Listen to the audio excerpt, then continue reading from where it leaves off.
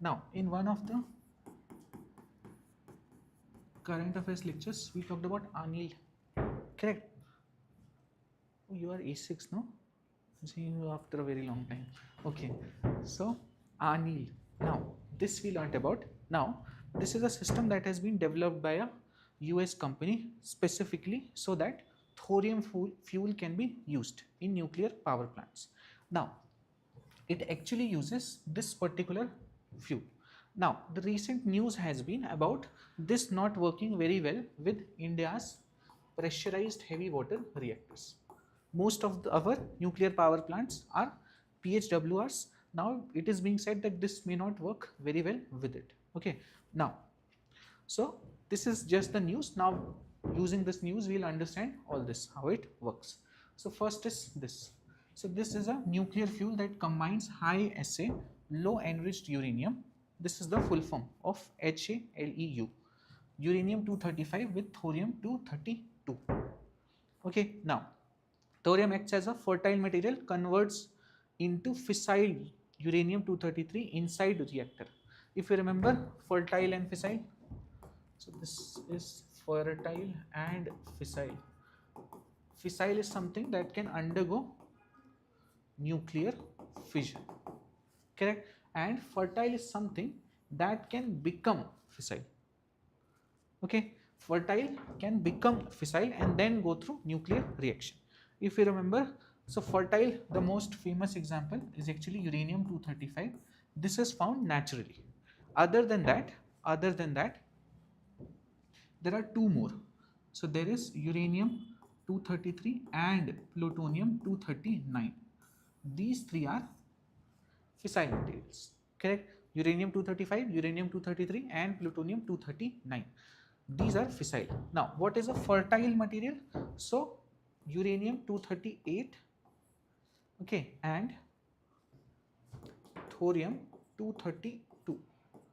These two are fertile materials. Fertile as in they can be converted into these fissile materials to undergo nuclear fission. Nuclear fission was what?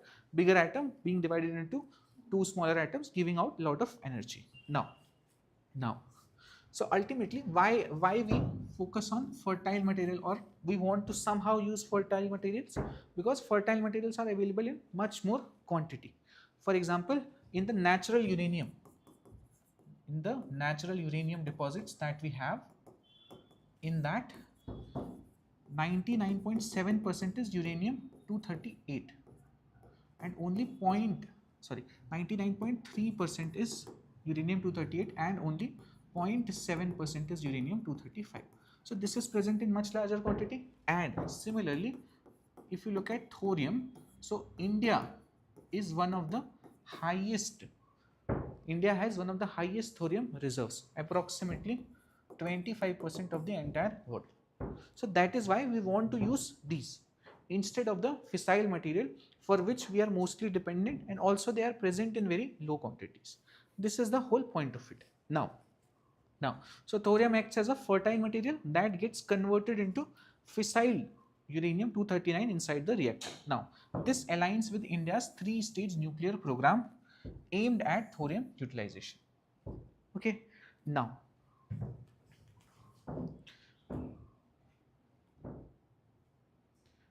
what are the key advantages of this fuel? So, higher burn-up, okay, more energy extracted per unit fuel, then lower radioactive waste generation compared to conventional fuels. Okay, this was also a PYQ. In PYQ, it was mentioned that thorium actually releases less harmful waste than the uranium-based or uranium-235 based power plants. Correct. Also, it was mentioned that thorium is more energy dense than natural uranium. Not the enriched, but the natural form of uranium that we get is actually 99.3% uranium-238, which is anyway not so good. So thorium is much better than that. Those were the two statements. Then, supports long-term fuel sustainability due to abundant thorium reserves. Now, one general reaction. So thorium-232, what you do? One neutron you throw towards it, okay, so that it absorbs this neutron and it will become 233. correct? 232 is the weight, 1 will be added here, so it will become 233 uranium. And this is what? This is fissile material. Well, this was fertile material, correct? Now,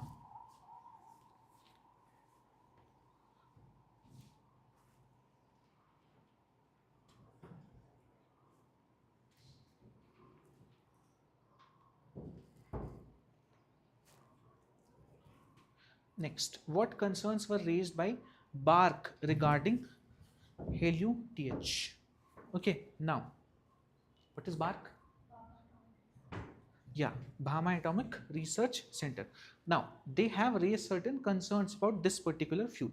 So, they said that it reduces effectiveness of reactor shutdown systems, that is of the control rods, correct? Then, alters neutron behavior, affects reactor safety margins, then requires major design modification in existing reactors, and last, hence not suitable for immediate deployment.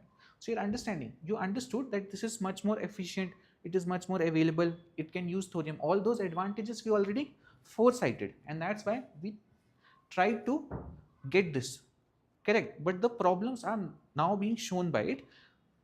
Right now it is in testing phase only, so they found that the major issue is with respect to safety.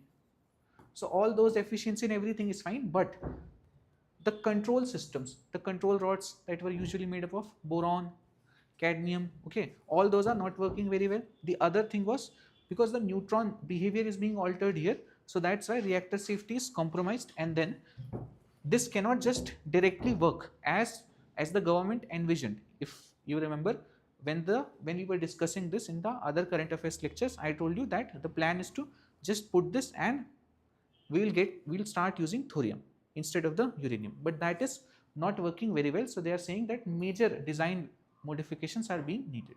So that is why immediate deployment is difficult. Okay.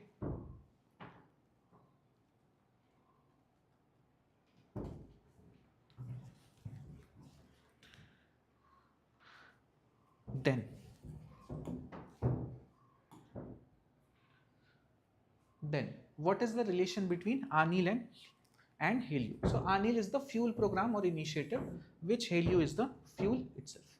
Okay, so this is the program name.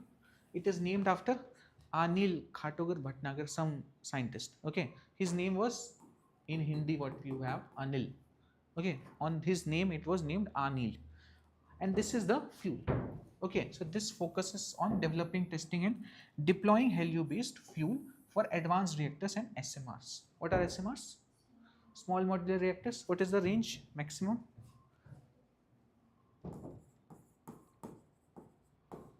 300 megawatt. Okay, small modular reactors. Small modular reactors are nothing very different. The thing is, it's the same technology, everything is same, just much smaller and can be deployed much more easily. That is the whole point.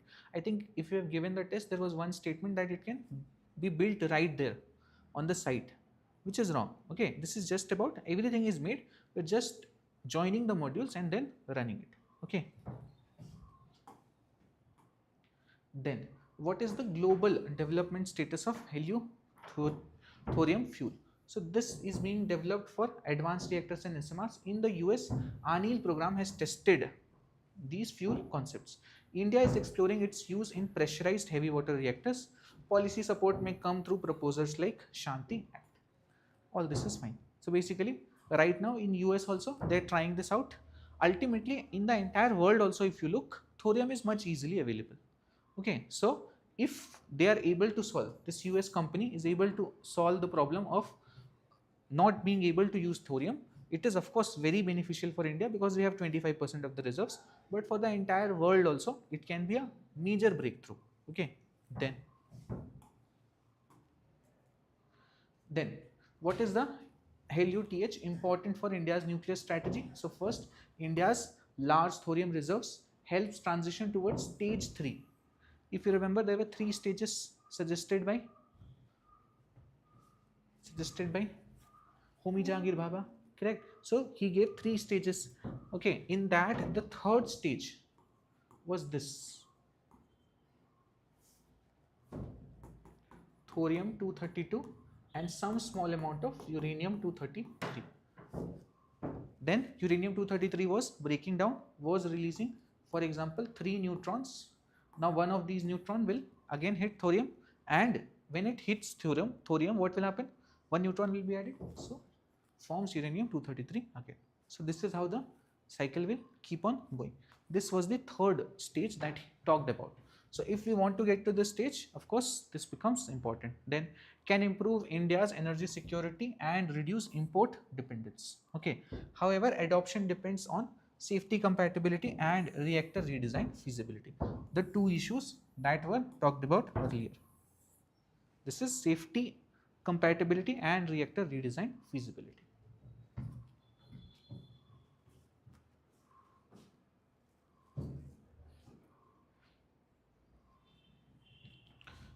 One more thing, so countries around the world, see, SMRs are a lot in news. Okay, so countries around the world have started to check that where can they deploy SMRs.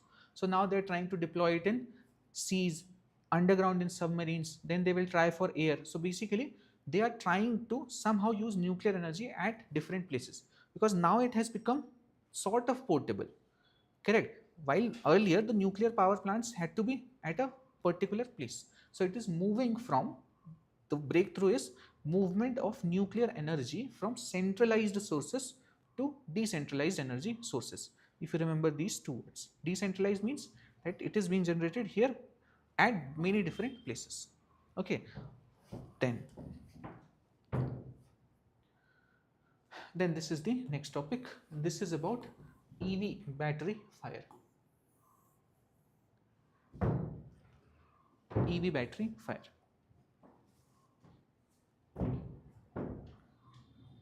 So recently there was a major fire in Indore on 18th of March that killed 8 people with EV charging point under investigation. Okay, this is the news.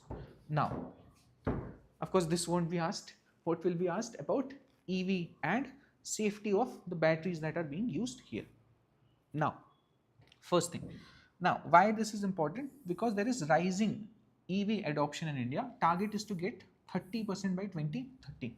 This target is given by Niti Aayog. Then, earlier, 40 EV fire incidences in 2022 and 23 led to stricter norms like AIS 156 and updated BIS. Okay. Now, see, if you remember, like a few months back, you must have seen this particular vehicle, Ola S1, is catching fire everywhere. Some people were burning it. Sometimes it was catching fire on itself. Okay, so this is also electric vehicle. Now one thing more in electric vehicles actually is that, see, electric vehicles, one issue is that it is also infringing on autonomy of people. If you know what they have started doing, they make the entire machine completely automatic. So basically everything is on a screen. Correct. Now there is no key, nothing. So what they are doing, these companies, they are providing loans, just loans to anybody random, and then they are getting the vehicle. Now after that, if they are not able to pay the dues, if they are not able to pay the EMIs, they are just stopping the vehicle, which is very odd. Then this is not real ownership of the vehicle. Like earlier, you used to have petrol vehicles. Now, if anything goes wrong, of course, there are issues with EMI, this, that, but the process was not to just your vehicle stops working. So that has also started happening. Okay. Now the fires and all is also a major issue. Now, why this is helpful for the companies? So this is helpful for the companies because now everything is logged like this. So you cannot get normal repairs from any shops here and there. So you have to go back to the company, and the company starts earning on the repairs. So this was their entire chain. Now, of course, this is very predatory. The government should have intervened, but anyway, it goes on till now.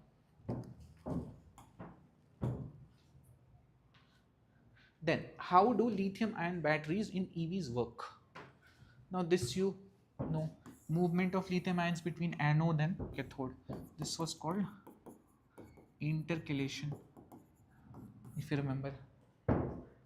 What was happening there? So basically you had two electrodes like this on the anode and cathode.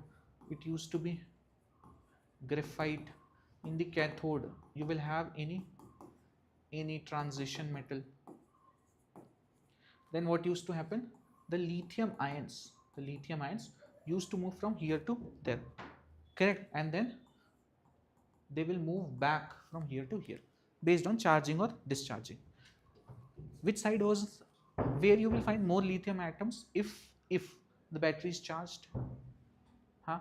If the battery is charged, where you will find more lithium atoms? On this side or the other side? Anode, correct? So why you will find it at anode? So just remember it like this, that lithium ion wants to be in the cathode. For example, forming compounds like lithium cobalt oxide, like this. So it wants to be here. Now somehow by providing it any form of energy, you are sending it here, and that becomes the potential energy. Okay, so now when lithium ions are here, now you just leave it as it is. What it will do? It will immediately start moving towards the other side. Now of course lithium ion is allowed to go from this direction to this direction, but electrons are actually stopped, and that is why when you connect it through a wire, electrons will start flowing, and that is how lithium ion batteries used to work. Okay, now this movement of lithium ions from here to here is called intercalation. Then high energy density. By the way, can you tell me this? So cobalt, nickel, all these. So you might have heard that cobalt, nickel, all these are also very important for electric vehicle batteries. Why so? Why are they important? Lithium I understand, no? Lithium is aisa karega. So lithium is very important. Why are the other ones important? Cobalt, nickel and all that. Okay, so now see.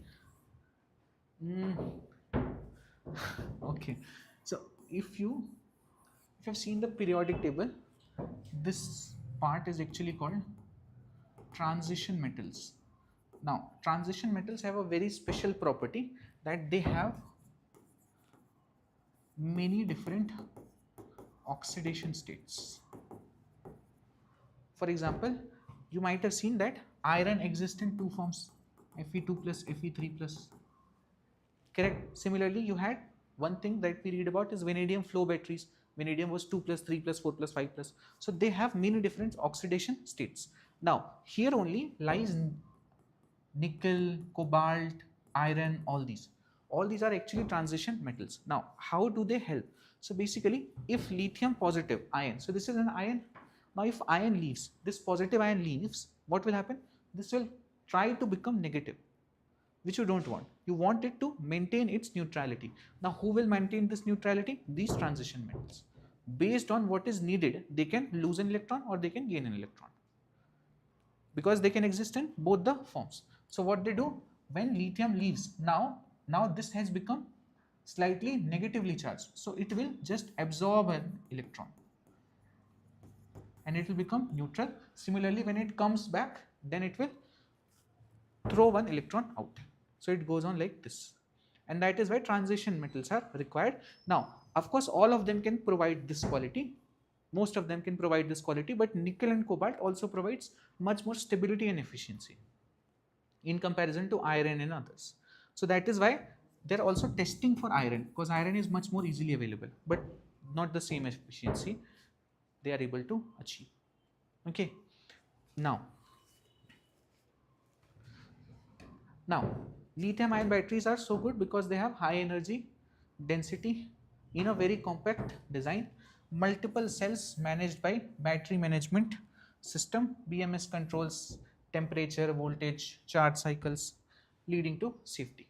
Okay, so all this thing is there. Battery management system is there so as to maintain the heating and all the other issues of EVs. Now of course, because there are fires and all, the next thing that we'll see is this battery management system is not working that well in those particular cases.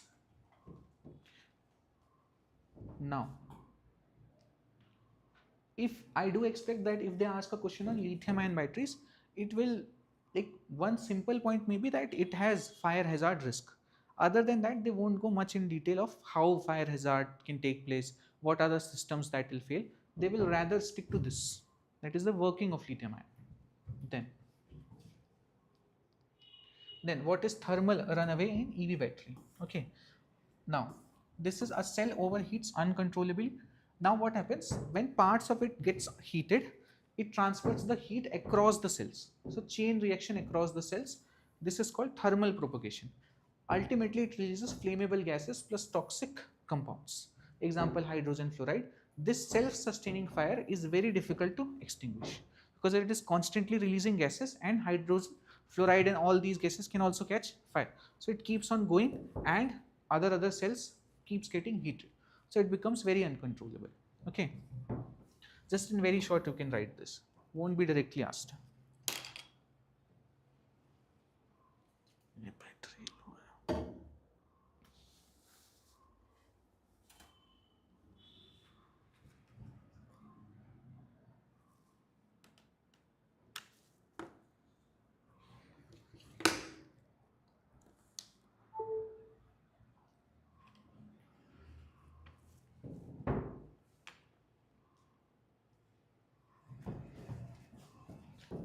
Then, what factors trigger EV battery fires? So first is of course mechanical damage. Now this also you understand, this is one of the major issues in EV batteries. So actually the traditional EV battery that we have uses liquid electrolyte. That is the separation that you see between electrodes, na? That is liquid. Now that has much higher probability of catching fire as well as leaching. So leaching and of catching fire. Okay. Now see, so if there is leaching, what can happen? There can be flow from one of the parts, one of the electrode to the other, and that can cause short circuit. Okay, so that is why it says mechanical damage leading to internal short circuit. Overcharging or faulty charges, heat builds up, then manufacturing defects, then battery aging increases resistance. This I have told you that over time lithium ion batteries age. Why do they age? Why do they don't work that well after a point? Like your phone batteries, initially it is very good, and it becomes worse and worse. Actually, the lithium ions, which are constantly moving, they get abrased with time. Okay, some kind of hurt here and there because they're getting constantly stuck and then taken out, stuck and taken out. So that's why they calculate that for 120 cycles, for example, it will work very well. After that, the efficiency will start dropping. Okay, so that is why battery aging will cause what? So battery aging will ensure that the lithium ions are not same as before. Then what you will have to do? You will have to charge it for much more time, and that causes different issues. Then external is high temperature, flooding, charging after long drives. So these are external issues, high temperature and all, because of which you can have battery fires. Huh? Flooding, charging after long drives. Flooding here.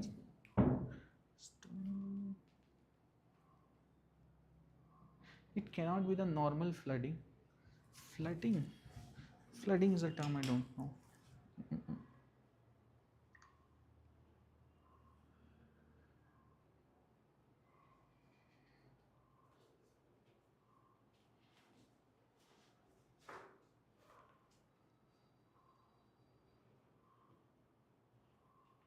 Okay.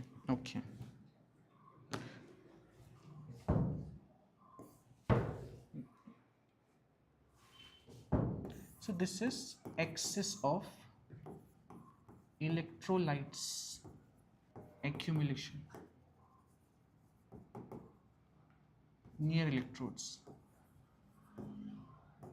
Okay, too technical. So basically what is happening, the liquid electrolyte you have, you understood leaching, it can go from here there. So sometimes the electrolytes will get more accumulated towards one of the sides. That is called flooding in that particular region of electrode. Okay. Then charging after long drives. These are the major issues that can trigger fire in EV vehicles. Then next, how safe are EV batteries and what solutions are emerging? So generally safe with battery management system, thermal systems, reinforced casing. Then AIS 156, these are regulations that has to be followed. Okay, not very important to know about the regulations. Just AIS 156 ensures thermal propagation control plus safety window. Less frequent but more intense fires than ICE vehicles. This you can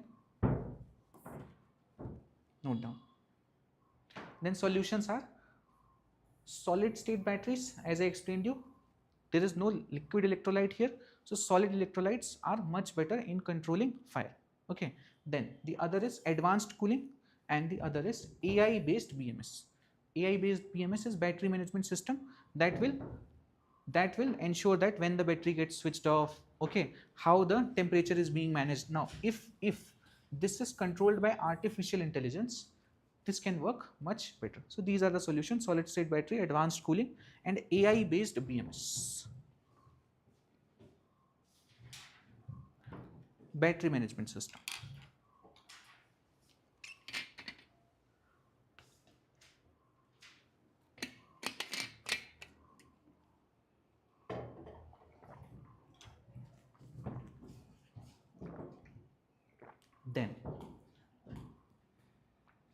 Then we come to next. This is World Tuberculosis Day 2026.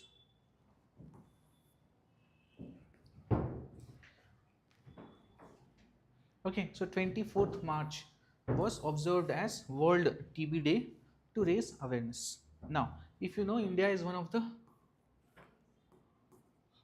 highest affected country by TB. Okay, we have taken many initiatives also. We also had a TB elimination program by 2022. Okay, but that of course wasn't achieved. Then we have portals called Nikshay portal. Okay, Nikshay is the name of TB in Hindi. So that's why it's called Nikshay portal. So all those initiatives we have taken, but we face the largest burden of tuberculosis. Now, this is what, see, it is caused by a bacteria, causes very high fever and all. Now, the bacteria name also is, at last it will have tuberculosis only. Okay, so that's a very easy to guess. Now, why this is celebrated on this day? This marks the discovery of TB bacterium by Robert Koch. Then, theme for 2026 is yes, we can end TB. Okay, this is the theme. Then, focus is on shift from global goals to local action, innovation and community mobilization.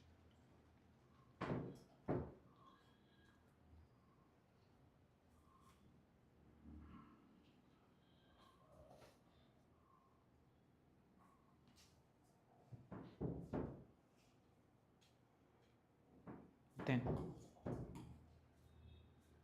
what is the status of TB in India? Again, same as thorium, 25% is India. Okay, now treatment coverages increased a lot from 53% to 92% in 2024. Now, mortality has moved from 28 to 21 per lakh. So mortality has reduced now.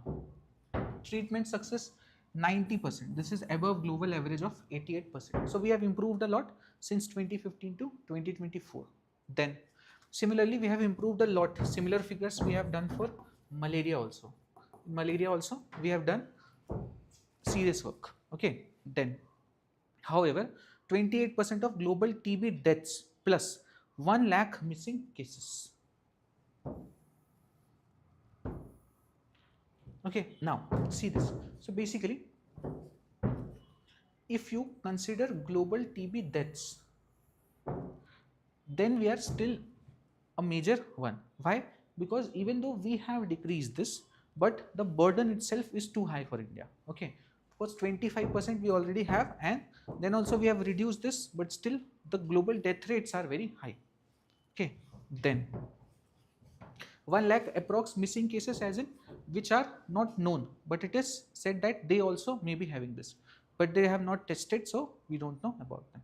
So this is about the data. If you can remember just this one data of 25% of global TB and treatment coverage increased from 53 to 92. These two data will cover everything, that is very high burden but slight progress that we have seen. Okay, then now what are the key advancements in TB control? So there is early detection, large lab network, plus this particular resistance testing. So basically this is a drug that they are testing.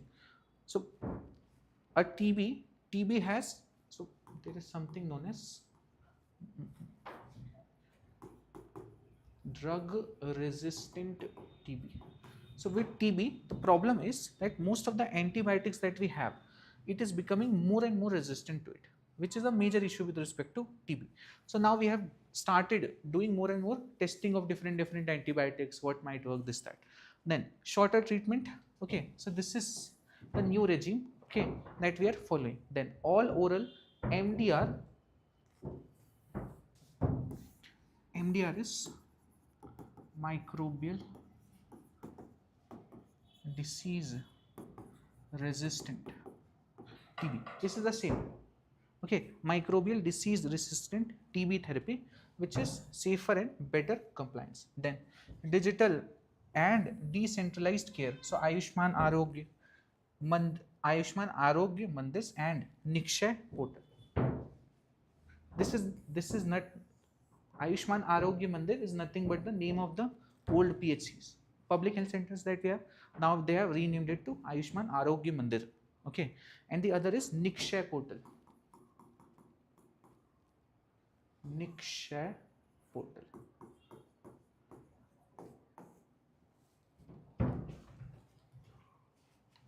Then there is also nutrition support called Nikshay Poshan Yojana. Here only you can note down Nikshay Poshan Yojana, for which they give 1,000 per month. 1,000 per month they are giving. So these are the initiatives that we have taken.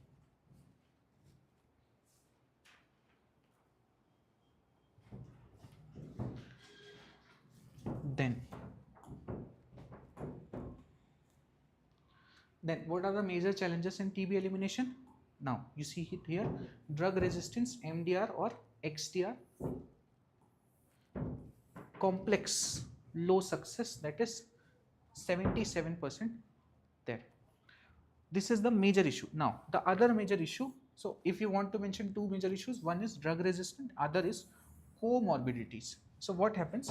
Malnutrition, diabetes, HIV, all these are, when they are combined with TB, they become almost fatal, very fatal they become, and they usually come together.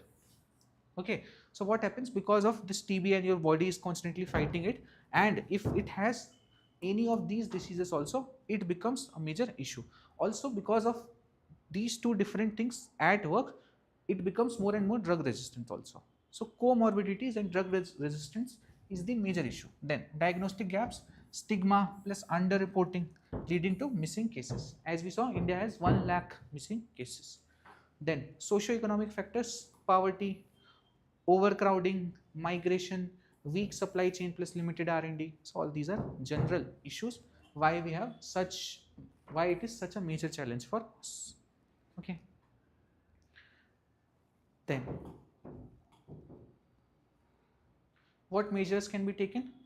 So AI based screening, okay, plus detect asymptomatic cases. Now in TB you have two kinds of cases. One is asymptomatic, in most diseases you have this, other is symptomatic.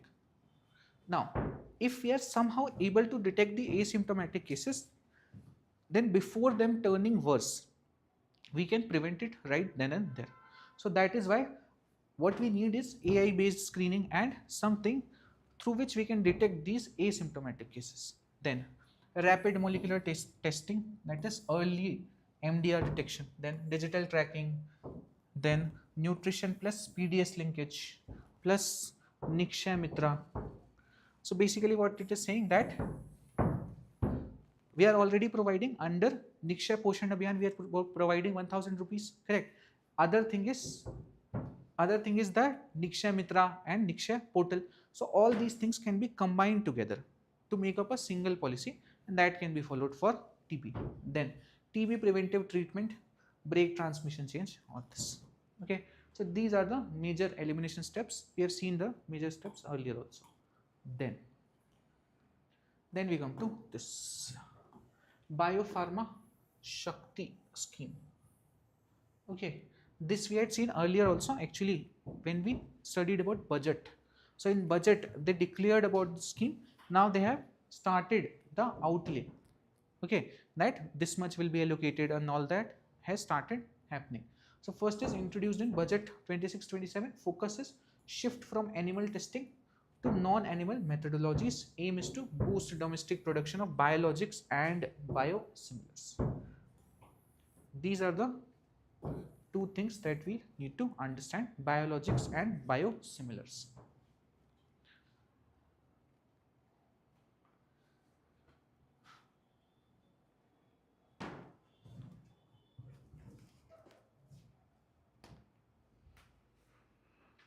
This is the fourth topic, right?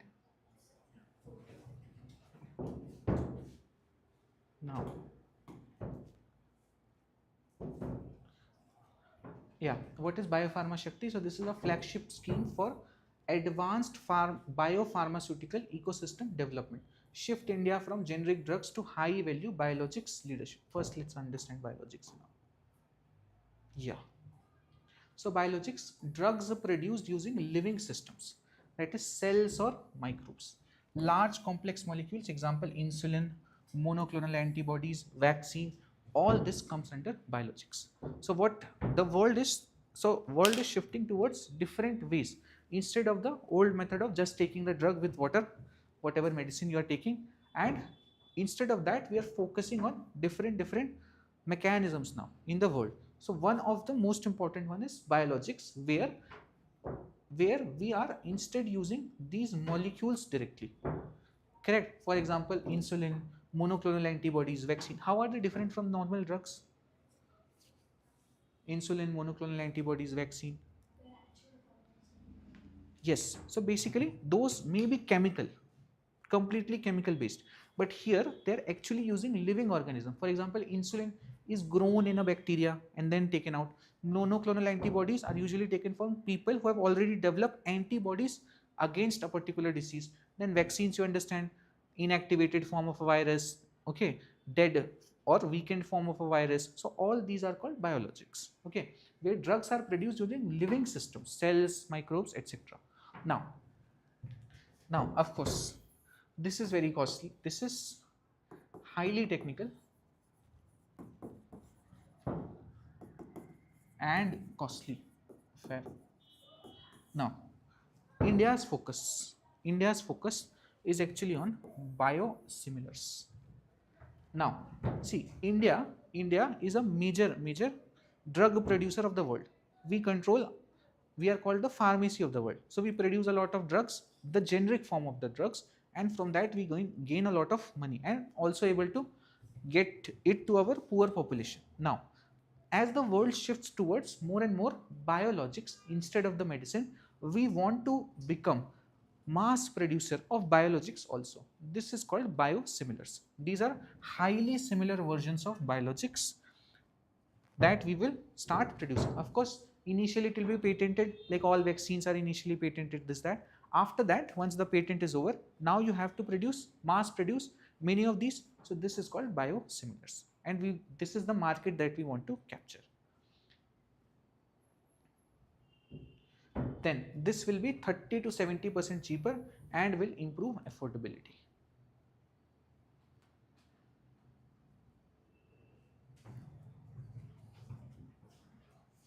Okay, of course this is not identical. The generic drugs you can make identical. Why you can make it identical? Because you understand, let's say,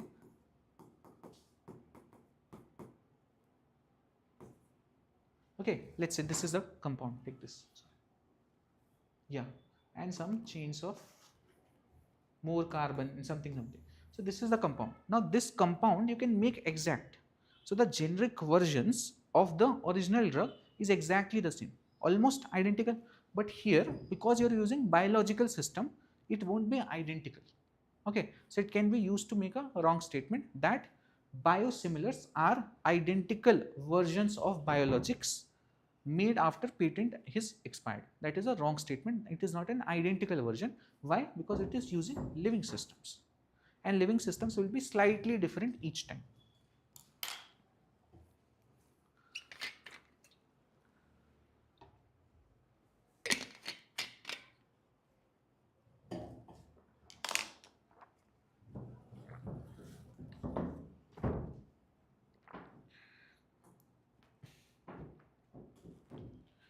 Then, yeah, now you see this. Now it is fine. So this is what? This is a flagship scheme for advanced biopharmaceutical ecosystem development. Goal is shift India from generic drugs to high value biologics leadership. Then outlay is of 10,000 crores for the next 5 years.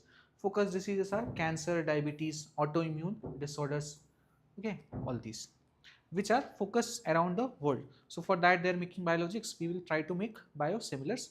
Eventually we may develop an ecosystem where we start developing more and more biologics also. Like we have developed vaccines, correct? For COVID we developed vaccines. Then recently we learned about that TD vaccine also we have made, correct? HPV vaccine we also made indigenously. So it's not like we are not doing anything.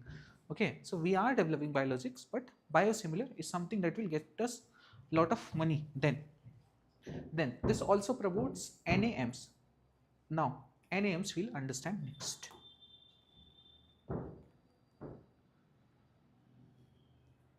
See this. So this is non-animal methodologies.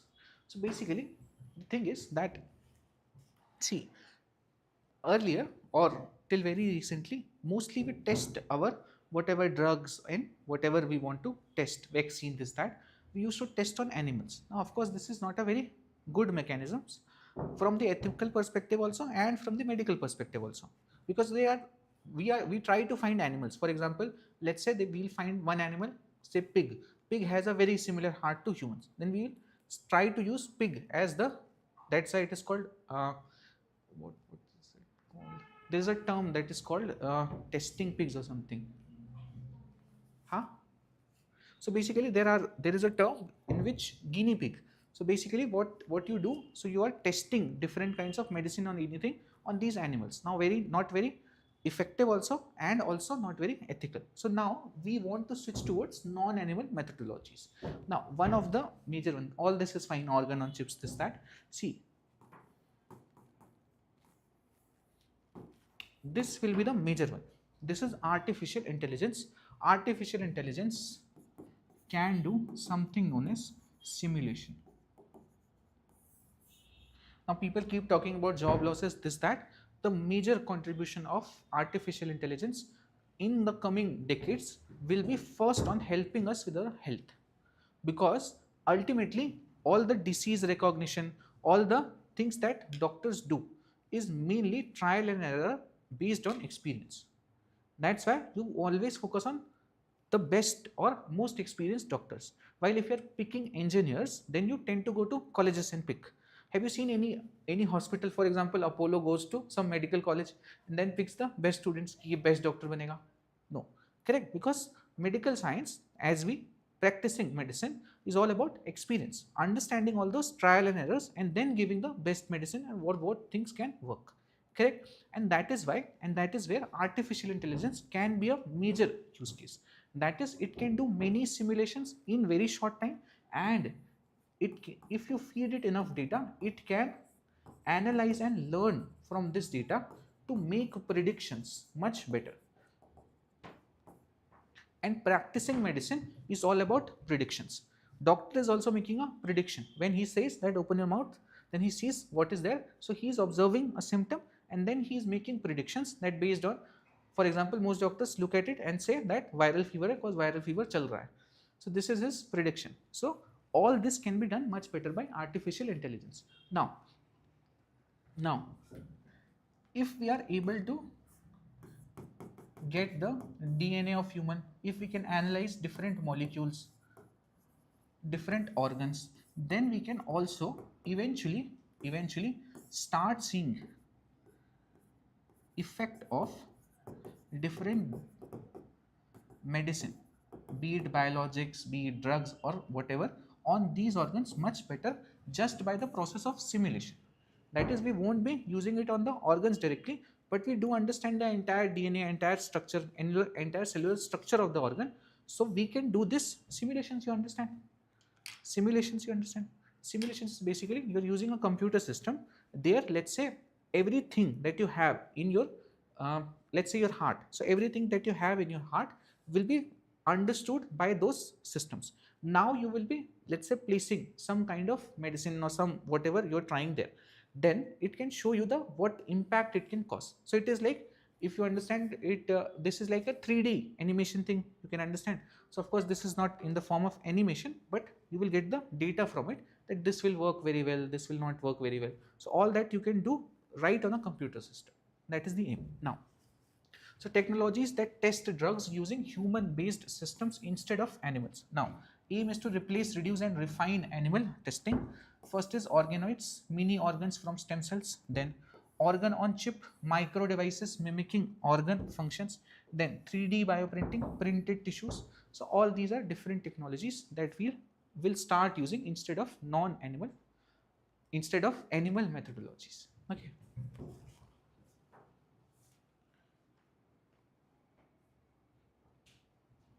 Then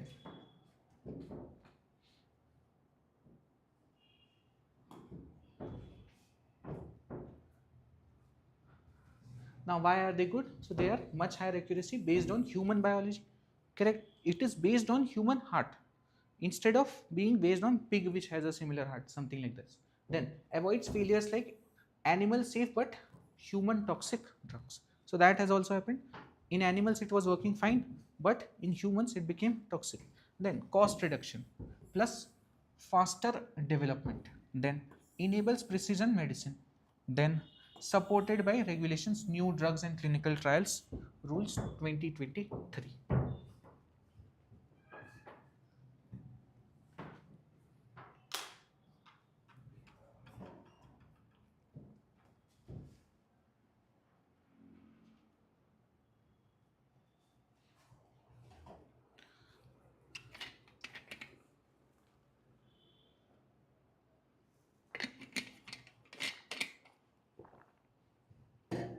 Then we come to the last part.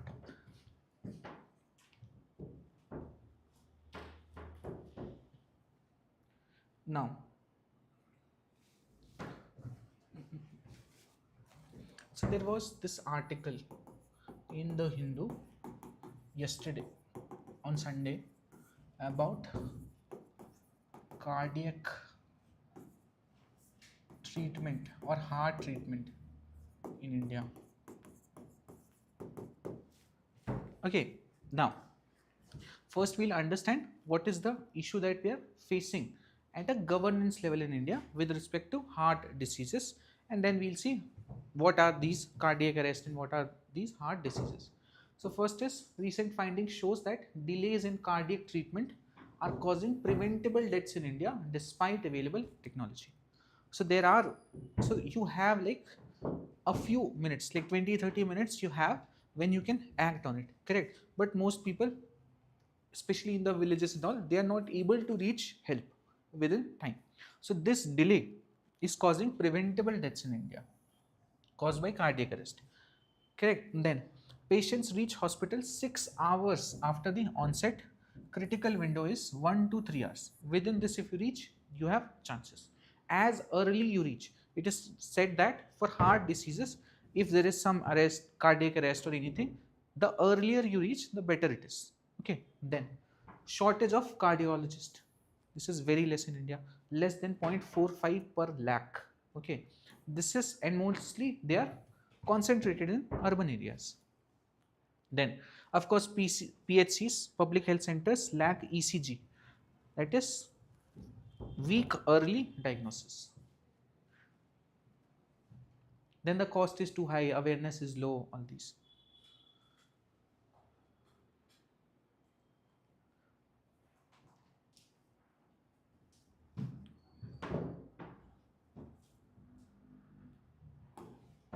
Now, what is heart disease and its most common type? So heart disease refers to disorders affecting the heart structure or blood supply. Most common is coronary artery disease. Now, what is this? So coronary artery supply oxygenated blood to heart muscles. Narrowing or blocking causes reduced blood flow. Long-term procession leads to acute cardiac events. So what is happening? This is coronary artery. Okay, you need not remember the entire structure of the heart. So ultimately what it does, it supplies oxygenated blood to the heart muscles. Now what happens over time, so let's say this is the artery. Now what happens over time, you might know something about LDL or bad cholesterol. This is called as bad cholesterol. So this bad cholesterol actually starts accumulating here like this, causing it to get thinner and thinner, the space for the flow of this oxygenated blood. And eventually that is why you don't immediately start having it. You might have seen that many people in their old age are taking medicine for their heart. Why? Because they might have done angiography and they got to know that some kind of blockages have started to form. Okay, so what they will do, they will take medicine that can clear this away. Okay, and that is why they are able to survive. If you don't do anything about it, what will happen? Eventually it may lead to break of the supply, and when this breaks, this is called cardiac arrest or heart attack that you know of. Okay, so it happens over a time. This cholesterol is also formed over time. Okay, then see this. So this is the core mechanism how heart diseases are caused. So first is LDL cholesterol deposits in arterial walls. Then plaque formation, plaque, the thing that I made like this. Okay, then lipids plus calcium plus inflammatory cells, progressive narrowing of the arteries. Okay, eventually it will lead to a point when there is breakage of that supply, and then you will have cardiac arrest. Now this is the main mechanism. So what is the main thing that can cause this heart diseases is bad cholesterol. Bad cholesterol you get from all that so reheated oils and all those gives you bad cholesterol. All the packaged food, that also has bad cholesterol. Then there are other things that cannot cause heart attack as such, but they can trigger acceleration of this process. So for example, if you have a lot of hypertension, okay, so this will damage arterial walls. Now we are seeing more and more every disease that we have is actually worsened by the stress that you take. Okay, so stress is being considered as a very important factor in almost all diseases now, and this has come over the past decade only. Then next is diabetes increases inflammation, and then last is smoking causes oxidative stress. So basically the three things: hypertension, then diabetes and smoking, these can exacerbate cardiac issues. Like smoking causes cancer, smoking exacerbates heart diseases. Okay, slight differences there. Then what is a heart attack? Then heart attack is sudden blockage of coronary artery, then blood supply and oxygen stop. This is called ischemia. Then you have 20 to 30 minutes, irreversible cell injury begins. So after, if 20 to 30 minutes have passed, then the cell injury starts happening, and if you don't get help within time, then all the cells, because the entire process is oxygenated blood, and the heart then supplies the blood to other organs, other cells, so all that thing will be broken, because this artery will not have the proper blood supply to the heart. So in 1 to 3 hours, major muscle damage, organ failure, everything starts. Okay, then time is muscle. Faster treatment improves survival. Now this is this is like a, what you call, like a poetic kind of statement. Time is muscle. Okay, so time is muscle. Faster treatment improves survival rates. Okay, then now these are the ways. These are the ways how you diagnose heart disease. One is ECG, where you detect abnormal electrical activity. ECG is the device. Then troponin, this indicates heart muscle damage. Then there is angiography, it visualizes blocked arteries. So what they do, they put something inside and they are trying to look inside your artery, that if there are blockages. Now they have also found some ways of angiography where they don't have to insert anything. So non-intrusive ways of angiography they have also found. Okay, then so basically the non-intrusive way is not, so some doctors claim that it is much more accurate than the traditional angiography, but most doctors have a say that we should get the traditional angiography also. But the thing is that we should first try for the normal one, the one that is not intrusive. Once we get to know that there might be some blockage, there are chances of it, then we should go for traditional angiography.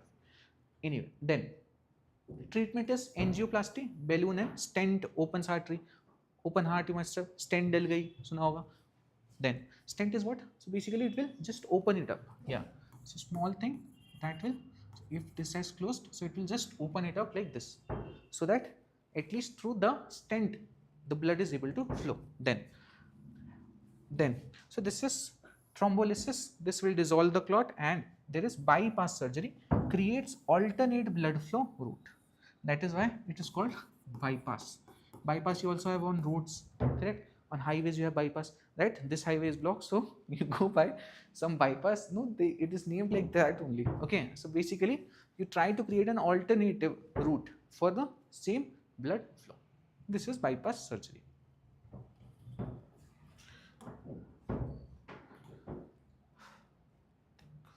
Yeah. Okay, this is it for your current affairs. Thank you. Last week's PPT is not recorded.